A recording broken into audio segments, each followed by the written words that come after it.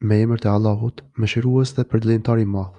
O ju që keni besuar, mos nxitoj para urdhërit dispozitës së Perëndisë dhe pejgamberit të tij dhe druani Perëndisë. Perëndia, me të vërtetë, i dëgjon të gjitha dhe i di të gjitha. O ju që keni besuar, mos u ngutni të dilni para Allahut dhe të dërguarit të tij dhe kijeni frikë Allahun. Këto ajete janë porosi për një edukat të lartë në lidhje me Allahun e lartësuar dhe me profetin e tij. Kështu, Allahu i lartësuar na udhëzon që të adhurojmë atësit e vetëm të pashoq dhe të vlerësojmë lart profetin e tij, duke e respektuar dhe nderuar atë. Besimtarët urdhërohen të bëjnë atë që kërkon besimi i tyre tek Allahu dhe profeti i tij. Imani i vërtetë sjell plotësimin e urdhrave të Allahut dhe largimin nga ndalesat e tij. Ky iman i bën besimtarët që të ecin sipas porosive të Allahut e të qëndrojnë brenda kufive të tij, duke ndjekur traditën e profetit në të gjitha çështjet e tyre. Ata nuk i lejojnë vetes kursesi që të dalin para Zotit dhe profetit e tij. Ata nuk flasin derisa Zoti të flasë, ata nuk japin urdhra derisa ai t'i jap ato. Pikërisht ky përkushtim me sinqeritet dhe përunjësi është esenca e edukatës së domosdoshme me Allahun dhe profetin e tij. Kjo edukat është rruga e lumturisë dhe e fitores së rrugit. Nëse nuk i hyn kësaj rruge, ai humb lumturinë e përjetshme dhe dështon. Në këto ajete është një ndalesë kategorike për të mos e braktisur fjalën e profetit për fjalën e asnjëri tjetër, kushto qoftë ai. Nëse vjen në qartë fjala e profetit A.S. dhe vërtetohet saktësia e saj, nuk lejohet të mbështetesh te fjala e dikujt tjetër, kushto qoftë ai. Me pas, Allahu i lartësuar urdhëron për devotshmëri ndaj tij, në mënyrë të përgjithshme. Devotshmëria ndaj Allahut është ashtu sikurse e ka përkufiztuar Talib ibn Ubejbi të punosh në bindje ndaj Allahut, i ndriçuar nga drita e Allahut e duke shpresuar shpërblimin e Allahut, tu largohesh gjymave e mosbindjes ndaj Allahut, i ndriçuar nga drita e Allahut e duke ju frikësuar në shkimit e tij. Allahu është gjithdëgjuesi i gjithditur. Allahu është dëgjuesi i të gjitha zërave, në çdo kohë, nga çdo skut dhe drejtim. Ai është gjithashtu El Alim, i gjithditur rreth asaj që shfaqet dhe asaj që mbahet fshehur, rreth të shkuarës dhe të armës, i gjithditur për të mundshmën dhe të pamundshmën, si dhe për ato gjëra që domosdoshmërisht ekzistojnë. Pasi Allahu i lartësuar na ndaloi nga kundërshtimi i fjalës së profetit dhe pasi na urdhëroi për devotshmërinë ndaj vetë atij, përmendja e këtyre dy emrave të mrekullueshëm të tij është sigurisht një nxitje e fortë për t'i përmbajtur me përpikëri këtyre porosive. Nga ana tjetër, është edhe një kërcënim për ata që nuk u përmbahen këtyre porosive. Pastaj i Madhëruari thotë: O ju që keni besuar, mos ngriti zërin tuaj mbi zërin e pejgamberit dhe mos bisedoni me të mezet e lartë, ashtu si fliti zëshëm njëri me tjetrin, në mënyrë që mos të humbin veprat tuaja e që ju të mos i hetoni. O ju që keni besuar, mos e ngrini zërin tuaj mbi zërin e profetit dhe mos i drejtoni atij me zë të lartë, sikurse i drejtoni njëri tjetrit e kështu t'ju azësohen veprat tuaja pa e ndjerë. Ky është një urdhër për edukatën që duhet të kenë besimtarët me profetin e Allahut në mënyrën e komunikimit me të. Kush bisedonte me profetin A.S. nuk duhet ta ngrinte zërin më lart se profeti A.S. por t'i drejtohej atij me zë të urët, me edukatë, butësi e nderim të thellë, ashtu sikur u flitet njerëzve të mëdhej, të nderuar e të respektuar. Me profetin nuk duhet të sillesh një lloj si me njëri tjetrin, por me edukat të veçantë, ashtu sikurse meriton një profet nga ummeti i tij. Ummeti ka detyrë që ta besojë plotësisht profetin e vet. Ai e ka detyrë, gjithashtu, që ta dojë Zotin dhe profetin e tij më shumë se çdo gjë tjetër. Ashtu sikurse e ka detyrë besimin dhe dashurinë për profetin, ashtu e ka detyrë edhe edukatën e lartë me të. Mosplotësimi i këtij detyrimi sjell asgjësimin e punëve të robit, pa e ndjerë dhe kuptuar. Nga ana tjetër, edukata me të sjell shpërblime të mëdha dhe pranim të veprave nga Allahu i Madhëruar. Këto fjalë u drejtoheshin në mënyrë të drejtpërdrejtë bashkëkohësve të profetit. Ndërsa për ne sot, ajeti është urdhër për edukat të lartë në mënyrën e trajtimit të traditës dhe figurës së profetit A.S. Me të vërtetë, ata që ulin zërin para në prezencën e pejgamberit të Perëndisë, e ata janë ata, zemrat e të cilëve Perëndia i ka kalitur për besim. Për ta ka falje dhe shpërblim të madh. Me të vërtetë, ata që ulin zërin pranë të dërguarit të Allahut, Allahu ka sprovuar zemrën për të parë devotshmërinë. Për ta ka falje gjunahesh dhe shpërblim të madh. Këtu Allahu i lartësuar i lëvdon ata të cilët e ulin zërin e tyre kur janë te profeti A.S. Allahu i uri në provë zemrat e tyre, pas përfundimit të së cilës zemrat e tyre dolen të qëndrueshme dhe të denja për t'u pajisur me devotshmëri.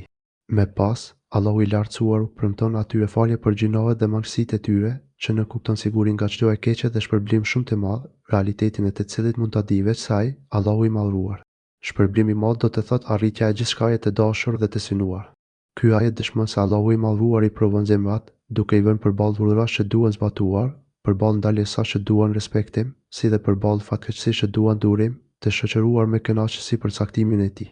Çdo kush që përqendrohet dhe i qëndron besnik për herë porosive të Allahut, synon kënaqësinë e tij dhe garon për veprat e mira, duke u dhënë atyre përparësi kundrejt dëshirave të tij të devijuara, me të vërtetë quhet besnik dhe i denjë për tu pajisur me takua. Në të kundërt, kuptohet se ai nuk bën për këtë gradë të lartë. Me të vërtetë, ata që të thrasin ty pas mureve të dhomave tuaja, shumica e tyre nuk mendojnë. Sa u përket atyre që të thrasin nga jashtë mureve, shumica nuk kanë logjik. Këto ajete erdhën për shkak të një grupi beduinësh që shkuan te profeti Asa. Prej vrasësisë së tyre, Allahu i lartësuar i përshkruan ata si njerëzit më të prirur për të mos i njohur dhe zbatuar porositë dhe kufijtë e tij. Kështu, ky grup beduinësh vajti në Medinë dhe pastaj drejtet e shtëpia e profetit Asa. Atje nuk pritën fare që ai të dilte vetë në pritjet e tyre, por u afruan te porta dhe filluan ta thërrisnin: "O Muhammed, o Muhammed." Për këtë shkake, Allahu i lartësuar i qortoi dhe i quajti njerëz pa logjik. Ata ende nuk ishin pajisur me edukatën e duhur kundrejt profetit, siç kishte porosi, tur Allahu i madhëruar. Edukata e mirë është shenjë e logjikës dhe arsyes së ndosh. Nëse dikujt i jepet morali mirë, i është dhënë edhe arsyetimi i mirë, dhe kjo tregon se Allahu dëshiron të mirën për të. Me pas, i madhruar i thot: "E sikur të durojnë ata derisa t'ju dalësh ti atyre, do të ishte më mirë për ta, e Perëndia është falës dhe mëshirues.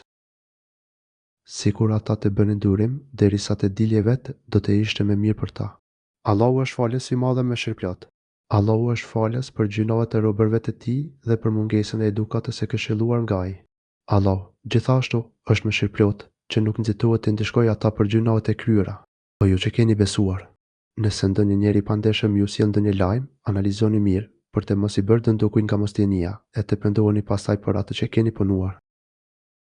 O ju që keni besuar, nëse ndonjë i padrejt ju sjell ndonjë lajm, ju shërtojeni mirë, në mënyrë që të mos e lëndoni ndonjë njeri pa dashje, e pastaj të pendoheni për atë që keni bërë. Edhe kjo është këshill për një virtyt e lartë, të cilën duhet ta ketë çdo njeri i mençur dhe i urtë. Kështu, nëse një njeri i prishur, apo siç e quan i lartësuar i fasikun që shkel kufijtë e Allahut, përcjell një lajm të caktuar, besimtari nuk duhet të nxitohet dhe ta pranojë mënjëherë atë ose të ndërtojë gjykim mbi të, por ta verifikojë mirë dhe me kujdes. Marrja si e vërtetë e çdo lajmi përbën një rrezik të madh dhe një shkak potencial për të rënë në gjuna dhe padrejtësi. Nëse marrim si të mirë që një lajm të rrem, do të gjykojmë duke u bazuar në të dhe, si rrjedhim, mund të dëmtojmë jetën, pasurinë ose nderin e njerëzve padrejtësisht. Pasojat janë shumë të rënda. Prandaj të mençurit nuk veprojnë kurrë kështu. Ata e dinë se është detyrë verifikimi i çdo lajmi që sjell një njeri i prishur. Me pas, nëse faktet tregojnë për vërtetësinë e atij lajmi, atëherë gjykohet dhe punohet sipas tij. Nëse faktet vërtetojnë të kundërtën, atëherë ai nuk pranohet dhe nuk punohet sipas tij. Nga ajeti kuptohet se lajmi i sjell nga një njeri i sinqertë, i drejtë dhe i besueshëm, është i pranueshëm, ndërsa lajmi i një personi që njihet potërisht si gënjeshtar është i papranueshëm. Nga ana tjetër, lajmi i një njeriu të prishur, domethënë, i atij që bën shumë gjinoa e shkel kufijtë e Zotit, shihet në varësi të fakteve të tjera plotësuese, pastaj gjykohet për pranimin ose jo të tij. Për këtë arsye, shumë dietar musliman të hershëm i pranon hadithet e sjella nga Hawarij, atë të cilët nuk e njenin në fjalët që transmetonin, edhe pse bënin gjinoa të tjera dhe kishin devijuar nga rruga e drejtë. Ngrihet pyetja, a lejohet transmetimi i haditheve nga bidatçinët? Imam Muslimi nuk e ka lejuar një gjë të tillë. Kurse Imam Neveviu, në parathënien e Sahihut Muslimit, thotë dietarët e hadithit të fik, ose të usul, i janë unanim në mendimin se transmetimet e atyre që bëjnë bidat e kufri nuk duhet të pranohen, ndërsa për transmetimet e atyre që nuk bëjnë bidat e kufri ka mendime të ndryshme. Disa thonë se ato janë të papranueshme në mënyrë të prerë dhe të padiskutueshme, sepse bidatçiu e ka të cënuar pasardhëtinë e tij fetare, e cila është kusht për pranueshmërinë e transmetuesit. Disa janë të mendimit se transmetimet e tyre janë të pranueshme, përderisa në mëdhëbin e tyre e kanë të ndaluar gënjeshtrën dhe nuk e bëjnë atë të lejueshme për hir të mbështetjes të mendimit dhe rrugës së tyre. Këto nuk prish faktin e propagandojnë bidatin e tyre apo jo, a i ftojnë të tjerët në pasimin e mëdhëbit të tyre apo jo. Ky çmohet edhe si qëndrimi i imamit ton, Shafiut Allahu e mëshiroft, i cili ka thënë: "Unë nuk e pranoj dëshminë e bidatçinëve të quajtur el-Hatabie nga sekti shiteve, sepse ata e shohin si të lejuar dëshminë e rreme, kur bëhet fjalë për të qëndruar në mëdhëbin e tyre." Ndërsa disa dietarë të tjerë bëjnë dallim mes bidatçinëve që janë propagandues të bidatit të tyre dhe atyre bidatçinëve që nuk janë të tillë. Sipas këtyre, transmetimet e të parëve nuk lejohen, ndërsa të atyre të fundit lejohen. Ky, në fakt, është mendimi I shumicës së dietarëve dhe, sigurisht, që është mendimi më I drejtë në këtë çështje. Disa nxënës dhe pasues të Imam Shafiut kanë qenë unanim në mendimin se transmetimet e bidatshut që propaga, ndon dhe fton në pasimin e bidatit e tij janë të papranueshme. Ndërsa për atë që nuk është I tillë, ata kanë patur mendime ndryshme, a pranohet transmetimi I tij apo jo. Ebu Hatim Ibn Hibani ka thënë, imamet tanë janë unanim në qëndrimin se është I palejueshëm argumentimi me transmetimet e sillan nga bidatçinj që e propagandojnë bidatin e tyre. Asnjë nuk e kundërshton këtë qëndrim. Për sa I përket mendimit të parë në këtë çështje, ai është shumë I dobët. Në të dy sahih, edhe në librat e imamëve të hadithit, ka shumë transmetime të pranuara nga shumë bidatçinj, të cilët nuk janë propagandues të bidatit të tyre. Dietarët e parë dhe ata më vonë I kanë pranuar vazhdimisht transmetimet e kësaj kategorie bidatçish. Ata vazhdimisht kanë dëgjuar hadithe prej tyre dhe u kanë mundsuar edhe atyre të dëgjojnë hadithet që transmetonin imamet e mëdhenj pa kur fol veritjeje. Sidoqoftë, Allahu I lartësuar është më I ditur. Për me gjerë, shi parathe një imam në vevjot në komentari I Sahihut të Muslimit. Shp. Dhe, dijeni se në mes jush gjendet pejgamberi I Perëndis, sikur ai t'ju dëgjonte juve në shumë gjëra, ju do të kishit pësuar, por Perëndia disave prej jush ua ka bërë të këndshëm besimin dhe ua ka zbukuruar atë në zemrat tuaja e ua ka urryer juve mohimin nga tëresa dhe mëkatet. Të tillët janë në rrugën e drejtë. Dijeni se mes jush është I dërguari I Allahut. Sikur ai t'ju dëgjonte ju në shumë çështje, ju do të rëndoheshit. Allahu I Madhëruar u kujton besimtarëve se mes tyre ishte profeti Asa, I dërguari besnik I tij. Ai ishte njeriu bamirës, që dëshironte vetëm të mirën për besimtarët. Ai ishte udhëzuesi në rrugën e drejtë, që frymëzohej nga vetë Allahu. Ata donjëherë mund të dëshironin gjëra që, në fakt, ishin të dëmshme për ta, ndërsa ai dëshironte vetëm të mirën për ata, duke mos I miratuar dëshirat e tyre të dëmshme. Nëse ai do të bindej shumë prej kërkesave të tyre, ato do të bëheshin shkak që ata të rëndoheshin dhe çështjet të vështirësoheshin. Profeti A.S. I udhëzonte në më të mirën dhe më të dobishmen për ata, prandaj besimtarët duhet I bindeshin atij, por është Allahu ai që ju a bën të dashur besimin dhe ju a zbukuron atë në zemrat tuaja, ndërsa mosbesimin, shmenimin dhe kundërshtimin ju a bën që t'i urreni. Kuptimi duke ju bindur profetit A.S. Ju keni gjetur udhëzimin e drejtë. Është Allahu ai që ju a bën besimin të dashur dhe të këndshëm për zemrat tuaja. Është ai që I mbush zemrat tuaja me dashuri për të vërtetën, duke I dhënë asaj përparësi mbi gjithçka tjetër. Ai ju a përforcon këtë dashuri me fakte të shumta që e mbështesin atë. Allahu ju mundson që të pendoheni dhe të ktheheni tek ai të nështruar dhe të bindur. Nga ana tjetër, ai ju a ka bërë të urryer kufrin, gjinohet dhe mosbindjen ndaj tij. Ai futi në zemrat tuaja urrëtitjen për ligësinë dhe mosdëshirën për ta vepruar. Ai solli argumente të shumta që tregojnë për dëmet e të keqes dhe orientojnë natyrën e pastër njerëzore që të mos e pranojë atë, por ta urrejë e ta trajtojë si diçka të neveritshme. Këta dhe vetëm këta janë të udhëzuarit në rrugën e drejtë. Këta janë fatrumët, të cilëve Zoti u a bëri imanin të dashur dhe të bukur për zemrat e tyre, ndërsa kufr, gjinohet dhe mosbindje u a bëri të urryera. Këta janë El Rashidun, që kanë dituri dhe siguri rreth të vërtetës, si edhe vepra sipas kësaj diturie, me qëllimin e sinqertë vetëm për të fituar kënaqësinë e krijuesit. Këta janë të përqendruar në fenë e vërtetë dhe nuk I ndahen rrugës së drejtë të Zotit. Të kundërtët e tyre janë El Gaon, që ju është bëri dashur dhe I bukur në zemër kufër, gjinohet dhe mosbindja, ashtu si ju është bëri urryer besimi dhe veprat sipas tij. Për këtë përmbysje, faji është vetëm I tyre. Kur ata I shkelin kufit e Zotit, ai u avulos tërësisht zemrat, sikurse thot I Madh, Ruari, por kur ata devijuan, edhe Allahu ua devijoi zemrat. Allahu nuk e udhëzon në rrugë të drejtë një popull që kalon kufit. Saf 5. Kur ata nuk e pranojnë imanin, kur ju prezantohet për herë të parë, Allahu ua rrotullon zemrat për nga humbja. Pastaj Allahu I Madhëruar thotë në surën An-Nam, ajeti 110, Allahu I lartësuar thotë, ne u rrotullojmë zemrat dhe shikimet e tyre, ashtu sikurse ata nuk e besojnë atë Kur'anin për herë të parë kur ju paraqitet dhe I lëm ata të bredhin të hutuar në shfrenimin e tyre, që të tejkalojnë kufit. Me mirësinë dhe dhuntinë e Perëndisë. Perëndia është I plotëdijshëm dhe I gjithdijshëm. Kjo është mirësi e dhuruar prej Allahut. Udhëzimi në rrugën e drejtë është mirësi e dhuruar nga Allahu Bujar dhe bamirës, e jo I merituar me forcën dhe përpjekjet e tyre. Allahu është I gjithditur e I urtë. Allahu I di ata që tregohen falëndërues ndaj mirësive të tij, prandaj u shton ato edhe më shumë. Ai di edhe ata që nuk I japin hakun mirësive të tij, duke treguar mosmirënjohje. Ata nuk e meritojnë dhuratën e tij, prandaj dhe I privon nga ajo. Allahu I jep udhëzimin atij që ai gjykon me drejtsinë dhe urtësinë e tij absolute. Nëse dy grupe muslimanësh luftojnë në mes vete, pajtoni ata, e nëse njëra prej tyre sulmon atë tjetrën, atëherë luftoni kundër sulmuesit, përderisa të mos kthehet në dispozitat e Perëndisë. Nëse kthehet, atëherë pajtoni ata mes tyre me të drejtë dhe bëhuni të drejtë. Perëndia, me të vërtetë, i do të drejtët. Nëse dy grupe besimtarë shpejnë luftë midis tyre, ju pajtojini ata. Kjo është një dispozitë që i ndalon besimtarët nga padrejtësia apo lufta ndaj njëri tjetrit. Nëse dy grupe besimtarësh nisin luftë kundër njëri tjetrit, është detyrë për besimtarët e tjerë që ta shuajnë këtë çert të madh. Të gjithë e kanë detyrë që të pajtojnë palët në konflikt, duke shfrytzuar çdo rrugë e mjet të lejuar për arritjen e këtij qëllimi të lartë. Nëse ja arrin ti pajtojnë, kjo është mirësi e madhe. Por nëse njëri prej tyre sulmon tjetrin, atëherë ju luftoni atë grup që ka sulmuar pa të drejtë, derisa t'i bindet udhëzimit të Allahut. Luftoni atë grup që ka sulmuar pa të drejtë, derisa të kthehen në kufi të vendosur nga Zoti dhe të sqaruar nga profeti i tij. Allahu i madhruar urdhëron gjithmonë për të bërë mirë dhe për t'i larguar të ligës dhe, padyshim, një ndër ligësitë më të mëdha është lufta mes besimtarëve dhe përçarja e tyre. Nëse kthejnë rrugë, atëherë bëni pajtimin e tyre me drejtësi dhe pamësi. Ky është urdhër për rregullim të marrëdhënieve mes besimtarëve, por duke mbajtur drejtsinë e pa cënuar asnjë palë. Allahu i madhruar e ka theksuar një kusht të marrëveshjes, duke thënë, me drejtësi, sepse shpesh palët mund të bien dakord dhe të pajtohen, por duke shkelur të drejtën e njërës palë. Të tilla marrëveshje nuk janë të porositura nga Allahu i drejtë dhe i urtë. Drejtësia kërkon që të mos i jepet përparësi njërës palë në kurrizë të tjetrës, për çfarë do lloj shkaku, si mund të jetë afërsia farefisnore apo ndonjë tjetër që sjell devijimin nga drejtësia. Allahu i do të drejtet.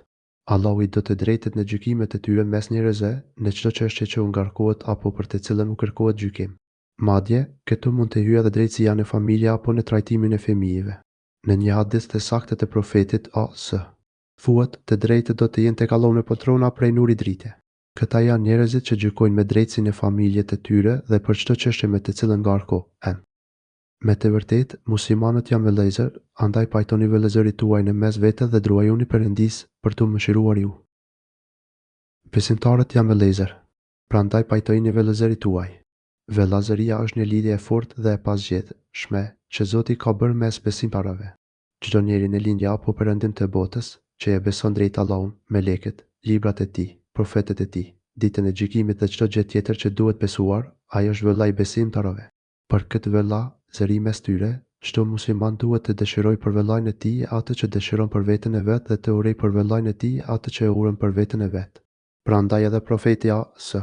duke treguar detyri me të plotësimit të vëllazërisë në besim, thotë: mos keni smir njëri tjetrin, mos bëni hile ndaj njëri tjetrit, mos urreni njëri tjetrin dhe askush të mos bëj tregtim mbi tregtinë e vëllait të tij besimtar. Jini robër të Zotit, vëllezër të njëri tjetrit. Besimtari është vëllai besimtarit. Ai nuk i bën pa drejtësi atij, nuk e tradhton, nuk e lën në ballë dhe nuk e përçmonat. Profeti, gjithashtu, ka thënë: besimtari për besimtarin është si ndërtesa që forcon dhe mban vetveten dhe, duke thënë këtë, ka gëshetuar gishta. Allahu dhe profeti i tij na kanë urdhëruar që të përpiqemi e të punojmë për të kryer detyrimet ndaj besimtarëve dhe çdo gjë tjetër që sjell harmoni, dashuri dhe shuri afrimitet mes tyre. Kështu për shembull, nëse mes disa besimtarëve ndodhin keqkuptime e konflikte, të cilat shkaktojnë urrëtie, përçarje dhe largim zemrash, besimtarët e tjerë janë të urdhëruar që t'i pajtojnë vëllezërit e tyre. Ata duhet të përpiqen me çdo mënyrë për të larguar urrëtien dhe përçarjen mes tyre. Pastaj Allahu i madhruar urdhëron për devotshmëri, për plotësim të urresave dhe largim nga ndalesat, në emër të dashurisë për të dhe si bindje, në shtrim me madhërim të tij.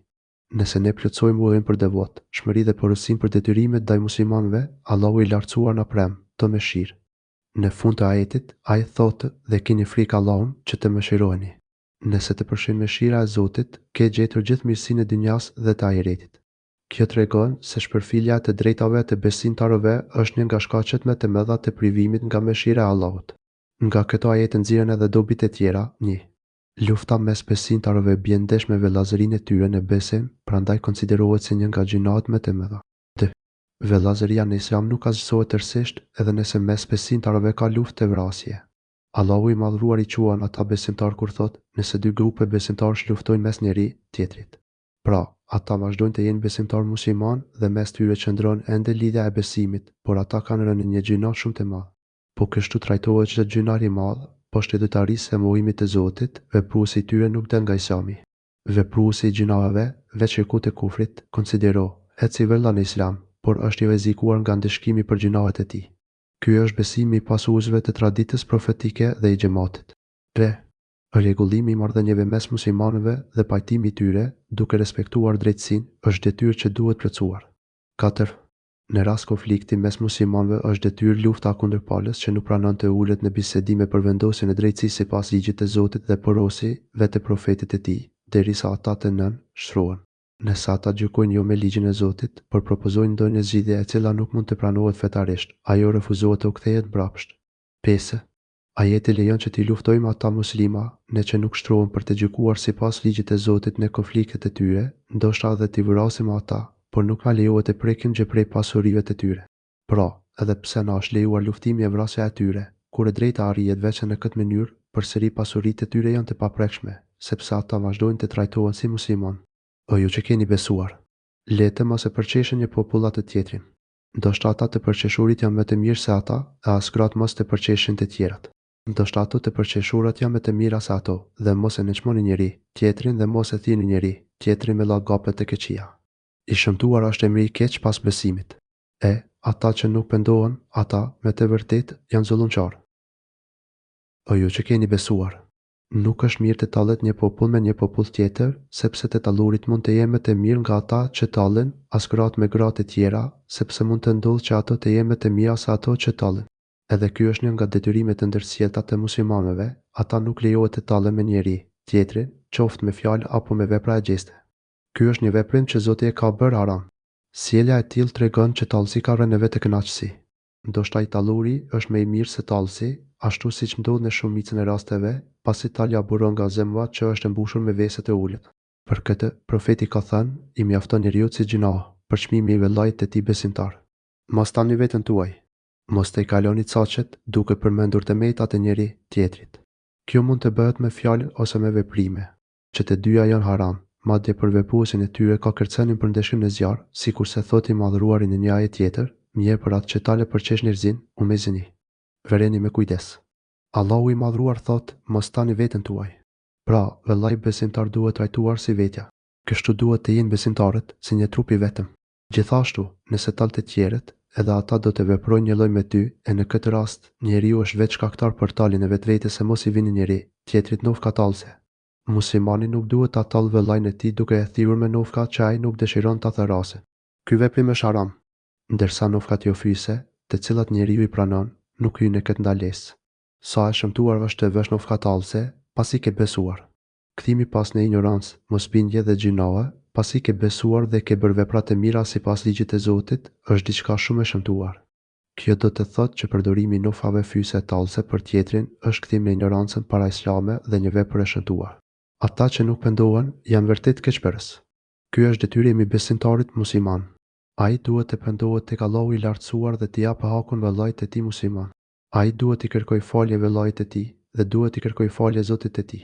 Gjithashtu, duhet që, nëse ka ofenduar, sharr dhe mbajtur në përgojë për keq vëllai musliman, tani le ta lëvdoj atë dhe të çojë në vendirin e tij. Nga ky ajet kuptohet se njerëzit ndahen dy grupe, një të padrejtët ndaj vetes, të cilët nuk pendohen për gjunahet e tyre. Ata që bëjnë gjunahe, por që pendohen për gjunahet e tyre. Këta të fundit përfitojnë mirësinë e shpëtojnë nga çdo e keqe. Nuk ka grup të tretë veç këtyre. O ju që keni besuar, shmanguni prej shumë dyshimeve, me që disa dyshime janë mëkat. Mos i hurumtoni të metat e njeri tjetrit dhe mos e përgojoni njeri tjetrin.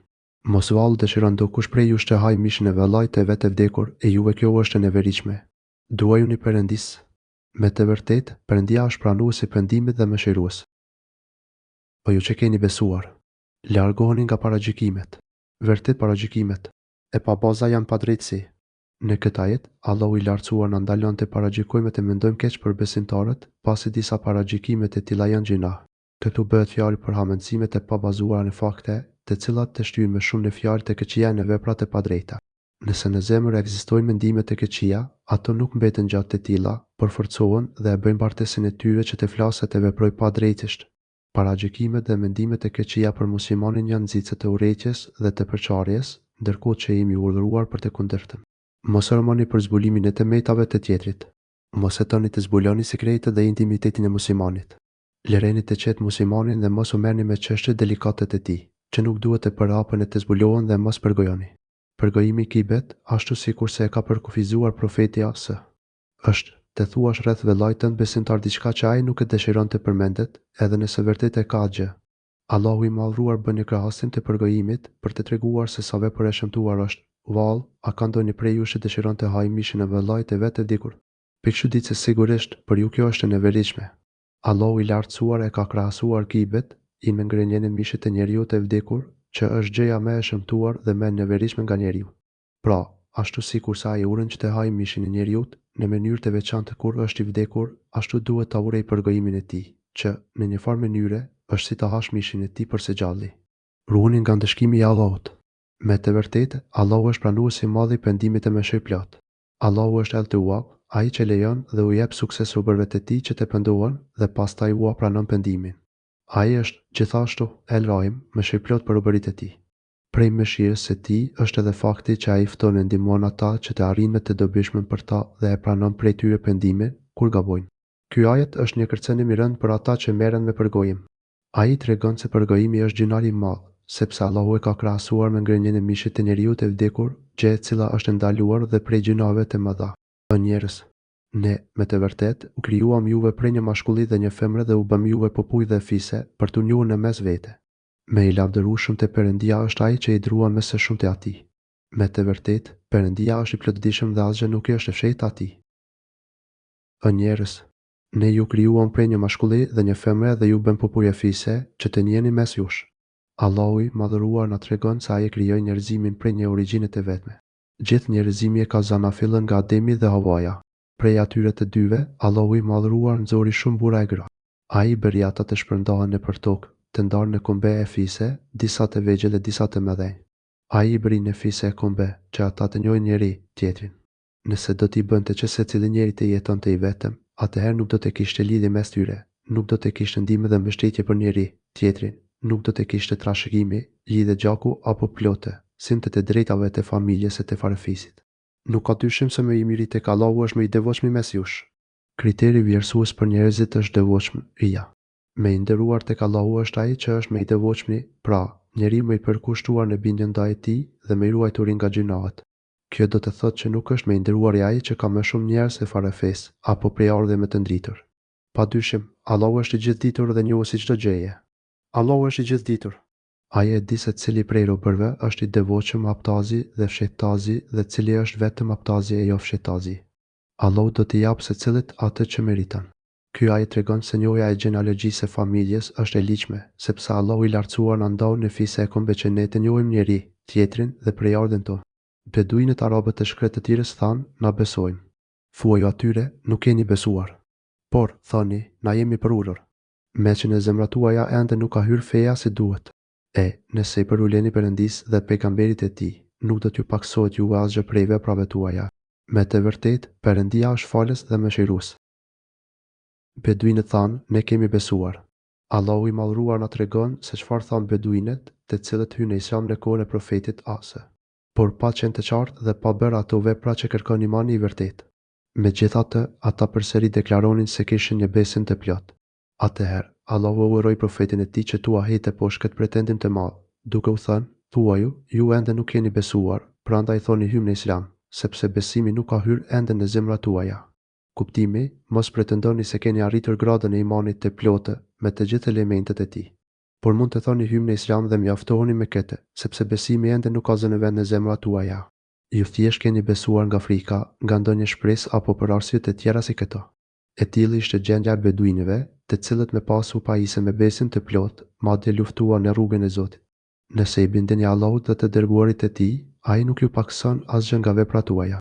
Nëse i bindeni Allahut dhe profetit e tij, me kryerjen e veprave të mira dhe largimin nga veprat e këqija, Allahu i Madhëruar nuk ka për t'ju paksuar veprat tuaja as sa një thërmi. Përkundrazi, ai ka për t'ju dhënë shpërblimin të plotë, të vogla apo të mëdha qofshin veprat tuaja. Allahu është falës i madh dhe mëshirëplot. Allahu është Gafurun, falës i madh për ata që pendohen dhe kthehen tek ai të nështruar dhe të bindur. Ai është gjithashtu Rahim, mëshirëplot me ta, sepse u jep sukses të pendohen dhe u pranon pendimin e tyre. Besimtarët e vërtetë janë vetëm ata që besojnë Perëndin dhe pejgamberin e tij, dhe pasja nuk dyshojnë dhe luftojnë në rrugën e Perëndisë me pasurinë dhe jetën e tyre. Këta janë besimtarët e sinqertë. Besimtarë janë vetëm ata që i besojnë Allahut, të dërguarit e Tij, e pastaj nuk luaten, por luftojnë me pasurinë dhe me jetën e tyre në rrugën e Allahut. Besimtarët e vërtetë janë ata që plotësojnë dy kushte: 1. Kanë besimin e plot dhe të sinqertë tek Allahu, që sjell punë të mira dhe largon nga të keqijat. 2. Luftojnë dhe përpiqen në rrugën e Allahut, pasi çdo kush që lufton jo besimtarët dëshmon për iman të plot, që ka zënvend në zemrën e tij. Ai që lufton për përhapjen e Islamit dhe fton të tjerët për të zbatuar ligjin e Zotit në jetën e tyre, padyshim që, së pari, i ka plotësuar këto kërkesa për veten e vet. Ndërsa ai që nuk ka fuqi të luftojë për përhapjen e fesë së Zotit dëshmon për dobësinë e imanit të tij. Duke treguar një kusht të domosdoshëm për një besim të saktë, Allahu i Madhruar thotë: "E mande nuk luat." Zemrën dhe veprat e robit i rregullon vetëm besimi i sigurt dhe i patundur në çdo gjë që Zoti ka urdhëruar të besohet, pa pasur as më të vogël dyshim. Këta janë besimtarët e vërtetë. Të vërtetët janë ata të cilët besimin e tyre e pasqyrojnë me veprat e mira, ashtu si e kërkon besimi i pastër dhe i vërtetë. Vërtetësia e besimit është një pretendim shumë serioz. Në fakt, çdo kush që ka një pretendim duhet që ta mbrojë atë me fakte, nëse është i vërtetë. Edhe kur bëhet fjalë për besimin, i cili është porta e lumturisë në dynja dhe në ahiret, jo çdo kush që pretendon e ka arritur vërtet. Vetëm ai që kryen detyrimet që kërkon besimi me vepra e fjalë, vetëm ai ka pretendim të pranueshëm ose vetëm ai është besimtar i vërtetë. Nëse dikush nuk i plotëson këto kushte, atëherë pretendimi i tij se ka besim nuk qëndron. Pretendimi i tij nuk ka asnjë vlerë për krijesat, sepse besimin e zemër e vlerëson veç Allahu i Madhëruar. Në fakt, pretendimi se ke apo jo besim në zemër është një lloj mungese edukate me Allahun e lartësuar. A thua se po i mëson Allahut se çfarë ke në zemër? Ky është një mendim i gabuar për Allahun. Kështu, i Madhëruari thotë, dietarët selefe dhe të tjerë kanë shprehur mendime të ndryshme për rastin kur njeriu deklaron besimin e tij. Disa kanë qenë të mendimit se nuk lejohet të thuash për veten, unë jam besimtar, pa e shoqëruar me në dashur Allahun nga pas. Disa deklarojnë se ky ka qenë mendimi i shumicës së dietarëve filozofë mutekel, limin të mëdhëbit Shafi. Disa të tjerë mendojnë se është e lejueshme të thuash, unë jam besimtar edhe pa thënë nga pas, në dashur Allahu. Ky është mendimi më i përzgjedhur, që mbështetet edhe nga dietarët analistë kritik muhakikin. Ndërsa Eleuzaiu dhe të tjerë kanë qenë të mendimit se që të dyja mënyrat janë të lejuara, në varësi të këndvështrimit apo të qëllimit. Pra, lejohet të thuash thjesht, unë jam besimtar, nëse ke për qëllim gjendjen aktuale, përderisa konsiderohesh nga shariati si besimtar. Por, gjithashtu, mund të thuash, unë jam besimtar, në dashur Allah. Nëse ke për qëllim lutjen për begati dhe sukses nga Allahu, ose nëse shpreh shpresën për përfundimin tënd, pasi ne nuk e dim a do të jeni të qëndrueshëm në besimin tonë deri në vdekje apo jo. Edhe ky mendim është i pranueshëm, nëse duan që t'u largohemi sa më shumë përplasjeve të mendimeve. Për sa i përket deklarimit se dikush është jo besimtar, ka gjithashtu mendime të ndryshme të dietarëve. Kështu, disa janë të mendimit se mund të thuhet, ai është kafir edhe pa thënë, në dashur Allah. Disa të tjerë thonë se me këtë rast veprohet një lloj si për deklarimin e besimit. Pra, në varësi të qëllimit, mund të themi në dashur Allah ose jo. Kjo do të thotë që, nëse kemi qëllim të tregojmë se si do të jetë përfundimi i tij, duhet të themi në dashur Allah, pasi ne nuk e dim se si do të jetë përfundimi i tij. Ky mendim është parapëlqyer nga disa prej dietarëve muhakikin. Sidoqoftë, Allahu është më i ditur për gjithçka. Shije komentari i Sajota, mëzimit ndaj Imam Neveviu, vëllimi 1. Thuaju atyre, vallë, a ju ta lajmëroni Perëndin për besimin tuaj, e Perëndia i di të gjitha çka ka në qiell dhe në tokë. Perëndia është i dijshëm për çdo gjë. Thuaju, vallë, ju do t'i tregoni Allahut për fen tuaj, ndërkohë që Allahu di çka në qiell dhe çka në tokë dhe kur Allahu di gjithçka. Pikë që ditë se dija Allahut ka përfshirë gjithçka, pa përjashtim, mes të cilave edhe ato që fshet zemra, besim apo mohim qofte, mirësi apo ligësi. I lartësuari di të gjitha ato me imtësi dhe do t'i shpërblej me drejtësi. Nëse ke punuar mirë, do të fitosh mirësi, e nëse ke punuar keq, do të marrësh atë që meriton. Ata të përkujtojnë ty mirësit nga se kanë pranuar islamizmin. Thuaju atyre, mos më përkujtoni ju për atë që keni pranuar islamizmin, përkundrazi, Perëndia ju ka dhuruar mirësi dhe ju ka orientuar në besim, nëse flisni të vërtetë. Ata të lavdërohen ty që u bën musliman. Thuaju, me pranimin tuaj të islamit, mos më u lavdëroni mua, ata që dëshmojnë për veten se kanë iman të plot, e ndërkohë nuk janë të tillë, mund ta bëjnë për disa arsye, prej të cilave është pandema se kështu do t'i bëjnë të njohur besimin e tyre Allahut të Madhëruar, ndërkohë që Allahu është i gjithditur për gjithçka, prandaj kjo sjellje e tyre është e urrët dhe e panevojshme. Arsye tjetër është që t'i tregojnë profetit A.S. se kanë besuar jo për të fituar ndonjë gjë për veten e tyre, por për t'i bërë nder profetit. Me fjalët e tyre, ata sikur po ja kujtonin profetit derën që po i bënin duke e besuar dhe u bërë pasues të fesë së tij. Kjo sigurisht që diçka jo e këndshme që nuk u takon të ta bënin përpara profetit të Zotit. Në fund të fundit, nëse imani që i vërtet në zemrat e tyre, kjo ishte bamirësi e Allahut për ta. Ishte vetëm Allahu që u adhuroi atë mirësi e çdo mirësi tjetër që kishin. Ashtu sikurse është Allahu i vetmi që i krijon, i furnizon dhe udhëron njerëzve mirësi të dukshme e të padukshme, po ashtu ai është i vetmi që udhëron atyre imanin dhe udhëzimin në rrugën e drejtë. Mirësia e Islamit, e të besuarit dhe udhëzimit në rrugën e drejtë është mirësia më e madhe dhe më e rëndësishme që ai udhëron njerëzve. Prandaj vetëm atij duhet shprehur falënderimi dhe mirënjohja e plotë, siç thotë i Madhëruari, sepse ai që meriton falënderimin tuaj për udhëzimin e besim është vetëm Allahu, nëse jeni të sinqertë. Pastaj i Madhëruari thotë: Perëndia, me të vërtetë, i di fshëtësitë e qiejve dhe tokës. Perëndia i sheh të gjitha ato që punoni ju. S'ka dyshim se Allahu i di të fshehta të qiejve e të tokës. Allahu është i gjithëditur për çështjet e fshehta që krijesat nuk i dëshmojnë dhe as i dinë. Ai e di çfarë shihet në thellësitë e errëta të oqeanit, ai e di çfarë fshehin nata dhe çfarë zbulon dita. Allahu di për çdo pikë shiu, madje edhe ku ajo zbret. Ai di edhe për çdo thërmijë e re. Allahu e di çfarë fshihen në gjokse dhe çdo çështje të fshehtë tjetër, sikurse thot në një ajet tjetër, vetëm tek ai janë çelësat e fshehtë, zive dhe ato nuk i di askush tjetër veç tij. Ai di çfarë ka në tokë dhe në det. As edhe një gjethe nuk bie pa dijenin e tij. Nuk ka kokër në thellësitë e tokës, s'ka të njomë dhe s'ka të thatë që nuk është në librin e qartë. Elenam 59. Allahu sheh gjithçka që ju punoni.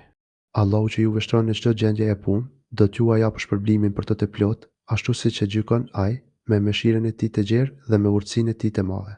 Përfundoi edhe tefsiri i surës Huxhurat me ndihmën dhe suksesin e dhuruar prej Allahut. Ty, o Allahu, dhe vetëm ty të takon lavdia. Ti je bujari dhe bamirësi më i madh dhe mëshirëplot.